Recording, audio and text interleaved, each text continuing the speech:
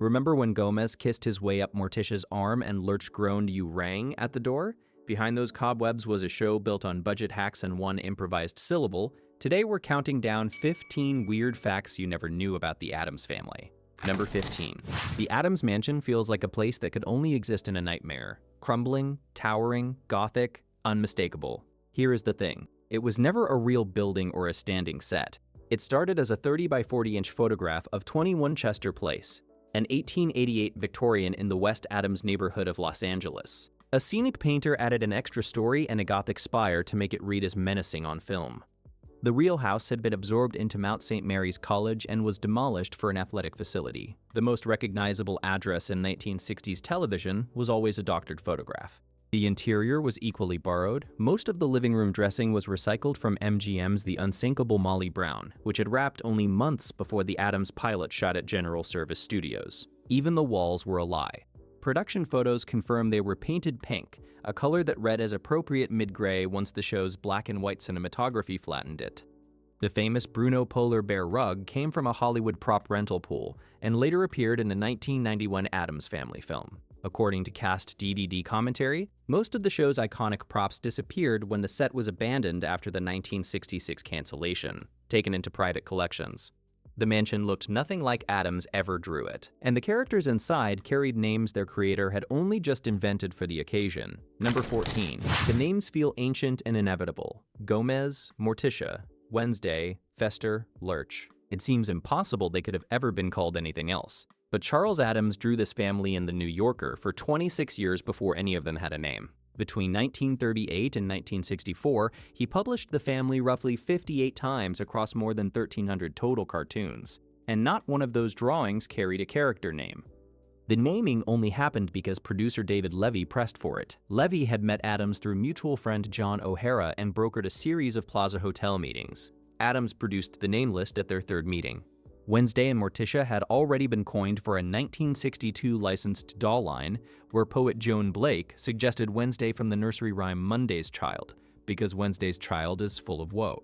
The remaining names came in a burst. Addams had considered Repelli, a play on repellent, for Gomez before letting John Astin choose between the two options. Astin chose Gomez. Addams's original name for Pugsley was Pubert, which ABC censors immediately rejected as too suggestive. That name sat unused for nearly 30 years before being rescued for the baby in Addams Family Values in 1993. Cousin Itt was not Addams's invention at all, created by the show's writer's room. The man who named Gomez also reinvented what Gomez looked like on screen, and he nearly played an entirely different character. Number 13. John Astin's Gomez is one of the most singular performances in 1960s television. Wild-eyed, romantic, electric. It seems like the character was written specifically for him from the first draft. It was not. When Astin came in to read for Filmways, his audition was for Lurch, the silent butler. He confirmed this in his Television Academy Foundation oral history. Producers redirected him to Gomez. He was skeptical. And this is where the reinvention began. Charles Addams's drawn Gomez was, in the cartoonist's own description, a tubby body with a snub nose and a receding chin, modeled visually on Peter Lorre. Astin replaced all of that with a Latin lover. Everything Gomez became on screen, the pencil mustache, the eye-rolling adoration, the Spanish exclamations, the ritual of kissing his way up Morticia's arm whenever she spoke French, those were Astin's inventions, developed during sessions with Addams and producer David Levy. Show character development notes confirm Levy gave Astin free rein to build the character from the ground up. Even the cigar had a hidden layer. The show's sponsor was Dutch Master Cigars, so Astin smoked on set constantly. But the production pace meant he was pushing lit cigars into his breast pocket between takes. Wardrobe lined that pocket with asbestos. Astin later called Gomez the clearest extension of my personality than anything else I've done. His creative partner in building that performance came to the role at one of the most difficult moments of her personal life. Number 12. Carolyn Jones's Morticia is glacial, elegant, and quietly the most powerful presence in every room she enters. Multiple cast histories, including Stephen Cox's book The Addams Chronicles, identify her as Charles Addams's personal choice for the role. The two were close friends and she was a devoted reader of his cartoons. By 1964, she was also an Oscar-nominated actress, having received a Best Supporting Actress nomination for The Bachelor Party in 1957. She came to the role at a vulnerable moment. Jones had separated from producer Aaron Spelling in October 1963 after 11 years of marriage, and her divorce was finalized in August 1964, the same week production prep began. She filmed season 1 as a newly single woman. The costume imposed its own constraint. It was designed by Nolan Miller, who later became famous as the couturier for Dynasty and Charlie's Angels. In his Television Academy interview, Miller called Morticia's dress the hardest he had ever designed. Jones explained the consequence during production, telling the Corpus Christi Caller Times, "My skirt is so narrow I can only mince along, so I developed a minimum of movement, which contributes to the feeling of calmness and elegance." Makeup and costume reportedly took 2 hours each morning. The dress itself took 20 minutes to remove until costumers sewed Velcro into the back. Morticia's stillness was a physical necessity imposed by what she was wearing. Technical decisions that shaped the show's visual identity were about to create a problem nobody could solve. Number 11. The black and white palette gives the Addams Family its atmosphere. It looks like something printed in ink, like a cartoon brought to life. That was entirely deliberate. The production team chose monochrome specifically to mirror the ink and wash texture of Charles Addams's New Yorker drawings. The timing was disastrous. The 1965-66 broadcast season was the last in which any of the 3 major networks fielded significant black and white primetime programming. By fall 1966, ABC, NBC, and CBS had all converted to majority color schedules. Color set owners would choose a color show over a black and white one regardless of content. The production design was built entirely around monochrome contrast. The walls were painted pink so they would read as gray. The gray pancake makeup on Ted Cassidy was calibrated for tonal separation that color cinematography would have flattened. Carolyn Jones wore a black wig chosen for black and white contrast. Had ABC renewed the show, a forced conversion to color would have been required, and everything the production had built visually over 2 seasons would have collapsed. The black and white decision also hurt the show's afterlife and syndication. Franchise histories explicitly cite the relative obscurity of the 1964 series, compared to the Munsters as a direct hurdle for the 1991 film. That obscurity flowed from one decision made at the start of production. The musical signature of the show had an equally improvised last-minute origin. It came down to one man singing his own backup vocals, because the budget would not cover actual singers. Number 10, the Addams Family theme is one of the most recognizable pieces of television music ever recorded. The harpsichord, the driving rhythm, the finger snaps, the voice that sounds like a full ensemble. Here is what actually happened. Composer Vic Mizzy told journalist Randall Larson in a 1991 Soundtrack magazine interview that the chorus was himself, overdubbed 3 to 4 times in a recording booth. His Variety obituary, written by John Burlingame in October 2009, explained the reason. Filmways refused to pay for singers, so Mizzy sang the whole thing himself. The full ensemble was 4 instruments: harpsichord, bass clarinet, drum, and bass violin. Mizzy played harpsichord. The harpsichord was his choice, selected for its spooky elegance. The finger snaps heard on the recording are Mizzy's. The snaps viewers see on screen are the actors, who performed them on camera after Mizzy coached them in timing. Mizzy wrote the pilot score as a personal favor to producer David Levy, his friend from New York, because ABC and Filmways had planned to use library music. Levy fought to bring him in. In return, Mizzy negotiated something his manager called unheard of at the time. For a television composer, he retained full ownership of the song. He went on to write Green Acres the following year. He told Larson, 2 finger snaps and you live in Bel Air. But even his most inventive production work was nothing compared to the recycled footage hiding inside one of the show's most beloved running gags. Number 9. Every week, Gomez lit up his Lionel model train layout, set a charge, and watched the whole thing explode. It looked expensive and fresh each time. Here is the truth. The explosive destruction sequence was filmed exactly once, during the September 1964 pilot episode, The Addams Family Goes to School. That same dynamited trestle footage was then reused for every train wreck across both seasons of the show. Larry Osterhout's analysis in Classic Toy Trains magazine, corroborated by IMDb episode trivia, confirmed this as standard practice. The crew built a second, simpler figure, 8 layout for close-ups and minor collisions in Season 2, but no new major crash was ever staged for the camera. The train recycling was consistent with everything else. The Bruno polar bear rug was a prop rental. The African strangler vine was an off-camera cable rig. The polar bear burn in March 1966's episode The Addams Policy was an optical lab effect. Not a real fire. The original stage direction reportedly read, "Of course we don't really set the bear on fire." Stephen Cox's book The Addams Chronicles makes the broader point that per-episode budgets at Filmways ran tight compared to the Munsters, where Universal's backlot and higher-paid stars raised baseline costs considerably. The entire impression of extravagant destruction was built from reuse and practical illusion, and the show's single most recognized line was built from a single unrehearsed word. Number 8. In Charles Addams' cartoons, the figure who would become Lurch was bearded, nearly silent, and almost incidental. The Filmways pilot script preserved that. The role was written as non-speaking. Then Ted Cassidy, a 6'9" former Dallas radio announcer, stepped through the front door for the pilot shoot and ad-libbed "You rang" in his sub-bass voice. According to DVD commentary by Vic Mizzy and multiple cast accounts, the crew's response immediately forced a rewrite. Lurch became a speaking character on the spot.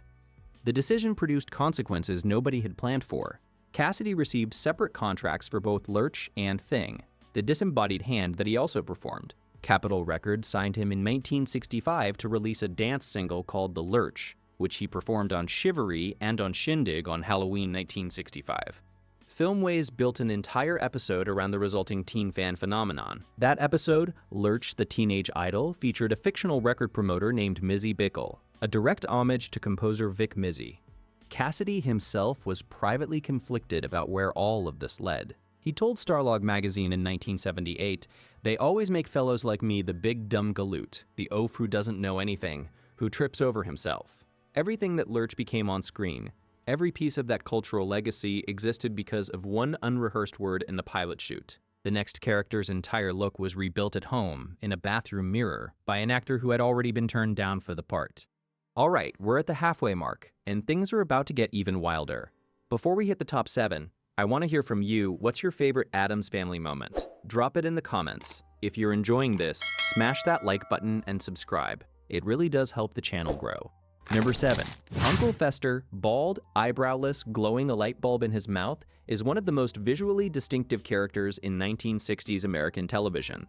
Jackie Coogan did not get the role on his first audition. He went home, shaved his entire head and his eyebrows himself, applied his own Fester makeup, and came back. Producers cast him immediately. Stephen Cox's book The Addams Chronicles, sourced to Coogan's daughter Leslie and corroborated by grandson Keith Coogan in print interviews, documents the moment from the inside. Other candidates had auditioned in bald caps with wax over their brows. Coogan, in Keith's words, went whole hog. Keith described his grandmother Dodie watching it happen in tears. When she asked what was wrong, Coogan said, "I used to be the most beautiful child star, and now I'm this hideous monster." He was the same boy Charlie Chaplin had discovered doing a vaudeville shimmy at the Orpheum Theater and cast in The Kid in 1921. His career trajectory between those two moments was among the most turbulent in Hollywood history, as we are about to discover. John Astin delivered the eulogy at Coogan's open to the public funeral in 1984, calling him as much fun to work with as anyone in the business. The character, the Wagnerian innocence, the light bulb trick, all of it was invented in that bathroom mirror. The next character never appeared in Addams' cartoons and nearly burned alive during production. Number 6. Cousin Itt, the walking pile of floor-length hair speaking in high-speed gibberish, is among the show's most beloved creations. He also does not exist anywhere in Charles Addams' cartoons. Not once. Cousin Itt was invented entirely by producer David Levy and the show's writer's room, debuting in Season 1, Episode 20. The franchise's most photogenic supporting character was a television original with no cartoon precedent. The voice heard on screen was not Felix Silas, who played the role in 17 of its 19 appearances. It was recorded in post-production by studio sound engineer Anthony Tony Magro. The original costume was built from real human hair, which created an immediate hazard. The soundstage at General Service Studios was full of crew members smoking, and dropped cigarette butts posed a real danger. Felix Silla explained it to the Los Angeles Times in 2014. "All the guys on the set smoked. The producers worried that I might step on a smoldering cigarette and go up in flames. They gave me synthetic hair, which was flame retardant. The synthetic hair rule became standard for every subsequent appearance." Silla was an Italian-born former Ringling Brothers circus performer who came to America in 1955. He later played Twiki on Buck Rogers in the 25th Century, and Ewok in Return of the Jedi, and appeared in Spaceballs and Poltergeist. He died in April 2021, at 84. The show's most human element, the love story at its center, turned out to be its most quietly radical production decision. Number 5. Every time Morticia speaks a word of French and Gomez drops everything to kiss his way up her arm, It registers as genuine feeling. John Astin explained his intention in his Television Academy Foundation oral history. "I thought that the romance between Gomez and Morticia should be on the grand scale. They would have a relationship of great passion." At a Monster Mania convention in 2009, he went further. "We were really the first couple on television, that I know of anyway, who had a sexual relationship. They could actually have had the kids that they were supposed to." In an era when sitcom couples slept in twin beds, this was a genuine creative statement. Vic Mizzy reinforced it through the score, composing distinct themes for each character, and coaching Astin and Jones to walk in tempo so that each character's music arrived exactly as they entered a scene. The cultural impact arrived long after broadcast. Lipa, composer of the 2010 Broadway musical, told Smithsonian Magazine, "There's a playful sexuality between Gomez and Morticia, the kind you wish your parents would have exhibited. Here I am watching reruns of a beautiful couple who lets you know it's okay to touch." Astin called the show an affirmation of life, and noted that psychiatrists wrote articles about how it was the healthiest show on the air. The man whose cartoons made all of that possible paid a severe professional price for the show's success. Number 4. The connection between Charles Addams' New Yorker cartoons and the television show feels seamless from the outside. One led naturally and happily to the other. That was not Addams' experience. When the show premiered in September 1964, New Yorker editor William Shawn refused to publish any new Addams Family cartoons, fearing the magazine's readership would be tainted by association with the mainstream network sitcom. The ban lasted from 1964 until Shawn's retirement in 1987, that is, 23 years. Addams continued drawing other cartoons for the magazine throughout the ban. The family that bore his name was forbidden. He retaliated quietly by smuggling family members into background cameos and unrelated drawings. His most documented workaround is the 1979 cartoon Z-Line Subway, in which Uncle Fester and Grandmama appear as anonymous subway passengers. The original sold at Swan Gallery's auction in 2017 for $16,250. When Robert Gottlieb succeeded Shawn in 1987, the family finally returned to the pages of the magazine. Addams got roughly 18 months of reunion before dying of a heart attack while sitting in his car in September 1988. His widow, T, told the New York Times, "He's always been a car buff, so it was a nice way to go." The show that made Addams a household name cost him his original creative home for more than 2 decades. What looked like a triumph was, from the inside, a long banishment. The next cast member carried a different kind of hidden cost entirely. Number 3. Uncle Fester is the show's most childlike character, exuding uncomplicated joy. The actor who played him had spent decades fighting for the legal rights of every child performer who came after him. Jackie Coogan earned an estimated $3 to $4 million as a child star in the 1920s, equivalent to roughly $70 to $94 million today. After his father died in a 1935 car crash in which Coogan was the sole survivor, his mother Lillian and stepfather Arthur Bernstein spent the entire fortune on furs, cars, and jewelry. In widely cited court testimony, Lillian's defense was no promises were ever made to give Jackie anything, insisting her son was a bad boy. Coogan sued in 1938 and recovered approximately $126,000 after legal fees. The lawsuit produced the California Child Actors Bill of 1939, known ever since as the Coogan Act. The law required courts to set aside trust funds for child performers. A 2000 overhaul mandated 15% of gross earnings into a blocked Coogan account. A 2024 California signing extended those protections to child social media influencers. When Coogan was broke during the litigation, Charlie Chaplin handed him $1,000 cash without comment, the same director who had discovered Coogan as a small boy and cast him in The Kid in 1921. Coogan also flew the first Allied glider mission behind Japanese lines in Burma in March 1944 and earned the Air Medal. The cancellation that ended his television run had nothing to do with ratings. Number 2. The Addams Family ended in April 1966 after 2 seasons and 64 episodes. The cancellation had almost nothing to do with the show itself. Batman premiered on ABC on January 12, 1966, in color and airing twice a week. ABC scheduled it directly opposite The Munsters on CBS. Butch Patrick told the Daily Mail in 2019 that Batman just came in and took our ratings away. The Munsters fell from ranked 18th in Season 1 to 61st in Season 2. The Addams Family, airing on Friday nights, faced its own pressure. CBS launched Hogan's Heroes directly opposite it in fall 1965. Hogan's Heroes aired in color and became a top 10 hit. The black and white liability compounded everything. By fall 1966, all three networks were running majority color schedules. A forced conversion would have been required regardless of ratings, and the entire visual language of the show would have collapsed under those conditions. Both monster sitcoms died in the same April-May 1966 window. John Astin told the Television Academy Foundation, "I think it was just a big accident. Batman came on with a big rush. It was a storm, and it was tough to go up against." Alan Burns, a writer on The Munsters, later acknowledged in the oral history Funny You Should Ask, "We sort of stole the idea from Charles Addams and his New Yorker cartoons." So the simultaneous cancellation was a kind of grim symmetry. Number 1, Addams thought the Television Family was, in his own words, half as evil as his drawings. He rarely watched the show because he was usually away on Friday nights. He received $1,000 per week and merchandising royalties under a contract he later described to Stephen Cox as unfortunate because he had no theatrical agent when the deal was made. His Manhattan apartment used a Civil War embalming table as a coffee table, rusted headrest intact. Biographer Linda H. Davis describes a sinister stain on it, in the region of the kidneys. He kept a small tombstone in the trunk of one of his Bugattis, marked Our Little Orville. He was friends with Greta Garbo, Joan Fontaine, and Jacqueline Kennedy, whom he dated in the months following the 1963 assassination. He married his third wife, Marilyn T. Matthews Miller, on May 31, 1980, in the pet cemetery of her Watermill, New York home, with all guests dressed in black. On September 29, 1988, he had a heart attack while sitting in his Audi 4000 outside his Manhattan apartment and died at St. Clair's Hospital. T told the New York Times, "He's always been a car buff, so it was a nice way to go." His ashes rest in the Sagaponack Pet Cemetery beside the family dogs. The show's central argument that the weird family is the most loving and most alive turned out to describe its creator as precisely as it described his characters.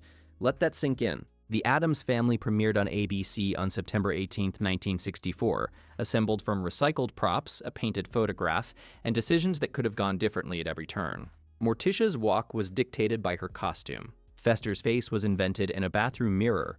Lurch's voice was one unrehearsed word. And the man who created the franchise spent 23 years forbidden from drawing his own family in the magazine that made him famous. What emerged was a household that chose to believe the world outside was the strange one. The final result was never guaranteed, and that is exactly why it still holds up. If this video surprised you, drop your favorite fact in the comments. Like, subscribe, and share this with someone who loves this show as much as you do. And as always, you rang. We'll see you next time.